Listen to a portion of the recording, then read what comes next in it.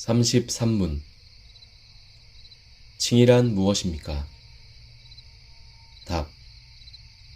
칭의란 하나님의 자유로운 은혜의 행위로 하나님은 칭의에서 우리의 모든 죄를 용서하시고 하나님의 시각에서 우리를 의롭다고 받아들이시는데 오직 우리에게 전가되고 오직 믿음으로 받아들여진 그리스도의 의 때문에 그렇게 하십니다. 해설입니다. 칭의의 소극적 요소에 대해 살펴보겠습니다.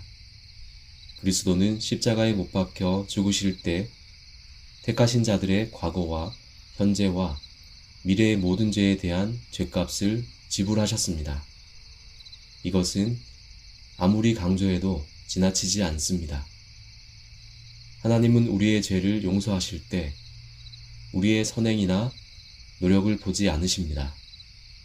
이단 로마 카톨릭은 중생한 자의 선언을 강조하며 사람 편에서 무언가를 해서 죄 용서가 이루어진 것처럼 말합니다. 하지만 하나님 앞에서 우리의 죄는 전적으로 그리스도의 죽으심 때문에 용서됩니다. 성경은 곳곳에서 이 사실을 증언합니다. 그리스도의 대속으로 인한 칭의를 이해할 때 법정적 의라는 개념이 큰 도움이 됩니다. 한때 전국을 떠들썩하게 했던 탈옥수 신창원은 시민의 제보로 잡혀 감옥에 다시 갇혔을 때 오히려 마음 편히 잠을 잘 잤다고 합니다. 법정에서 선고받은 형량을 채우지 않고 도망을 다니다 보니 사람들이 자기를 조금만 자세히 쳐다보아도 불안했던 것입니다. 그가 죄값을 모두 치른다면 최소한 법적으로 문제 삼을 사람은 없을 것입니다. 그리스도는 십자가의 죽으심으로 우리의 모든 죄값을 지불하셨습니다. 그래서 우리는 법적으로 깨끗합니다. 흉악한 죄수일지라도 죄값을 모두 치르면 법적으로 깨끗하듯이 본질상 진노의 자녀였던 우리는 이제 그리스도의 대속에 입어 법적으로 깨끗해졌습니다. 그리스도의 죽음은 바로 이런 법정적 의를 이루어 주는데 이는 최소한의 의를 말하는 칭의의 소극적 요소에 해당합니다. 이번에는 칭의의 적극적 요소에 대해 살펴보겠습니다. 많은 성도가 칭의의 소극적 요소는 잘 아는 반면 적극적 요소에 대해서는 깊이 생각하지 않습니다. 칭의를 죄 용서 정도로만 이해하는 것입니다. 모든 죄값의 지불인 그리스도의 죽음은 우리를 법적으로 의롭게 해줍니다. 그런데 성경이 말하는 칭의는 그 이상의 의미도 있습니다. 하나님은 우리를 보실 때 죄값을 모두 치른 전과자가 아니라 사랑하는 자녀로 보시기 때문입니다.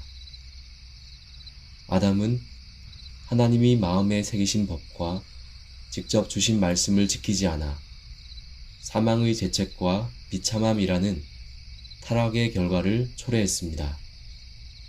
아담의 불순종으로 말미암은 죄책은 그리스도의 십자가 죽음으로 해결되었습니다. 하지만 아담이 지키지 않은 하나님의 말씀은 그대로 남습니다. 누군가 이 말씀에 온전히 순종하여 하나님의 마음을 시원케 해야 하지 않을까요? 바로 이 사명을 그리스도가 살아계신 동안 모든 율법을 지키심으로써 완수하셨습니다. 예수님의 사역이 단순히 고난받고 십자가에 죽으신 것뿐이라면 구원은 단지 죄를 짓기 전의 아담의 상태로 돌아가는 것에 지나지 않을 것입니다. 하지만 예수님은 모든 율법을 능동적으로 지키며 하나님의 뜻대로 사셨습니다. 그런 삶을 사신 예수님이 이루신 구원은 죄를 짓기 전 아담의 상태를 회복하는 것에 그치지 않고 아담이 적극적으로 하나님의 말씀을 다 지켜 영화롭게 되는 상태에 이르는 것까지 포함합니다. 앞서 소요리 문답 25문에서 그리스도의 제사장 직분을 다룰 때 살펴보았듯이 그리스도는 대제사장 여호수아를 대적하는 사탄에 맞서 중보하는 분이십니다. 스가랴 3장 4절에서 하나님은 여호수아의 더러운 옷을 벗게 하실 뿐 아니라 아름다운 옷을 입히겠다고 말씀하십니다. 칭의는 죄의 용서에 그치지 않고 그 이상의 선물이 주어지는 적극적 요소를 포함하는데 스가랴 3장에서는 아름다운 옷으로 표현된 것입니다. 성경의 다른 부분에서는 또 다른 표현을 찾아볼 수 있습니다. 사탄의 권세에서 하나님께로 돌아오게 하고 죄사함과 나를 믿어 거룩하게 된 무리 가운데서 기업을 얻게 하리라. 사도행전 26장 18절.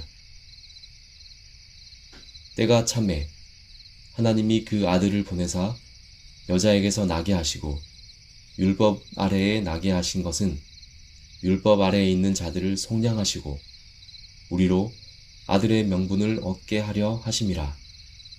갈라디아서 4장 4절에서 5절. 여기서 아름다운 옷과 기업은 구체적으로 아들의 명분과 연결됩니다.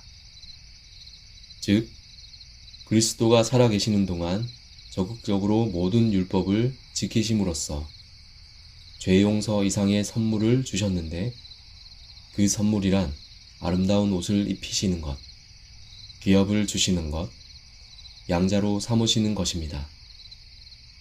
그래서 우리는 곧 양자냄에 대해 살펴볼 것입니다. 일반인의 눈에 훌륭해 보이는 예술 작품도 전문적인 비평가가 보면 부족한 점이 드러납니다.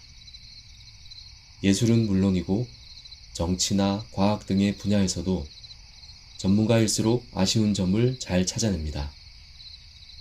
검사들은 깨끗해 보이는 이들의 범죄 사실을 얼마나 잘 찾아내는지 모릅니다. 하물며 하나님이 사람을 보실 때는 얼마나 많은 문제와 아쉬운 점, 죄가 드러나겠습니까? 하늘이라도 하나님이 보시기에는 깨끗하지 않습니다. 욥기 15장 15절. 그런 하나님이 우리를 의롭다고 평가하시려면 우리가 얼마나 깨끗해야 하겠습니까? 근본적으로 하나님 앞에서 우리는 깨끗해질 수 없습니다.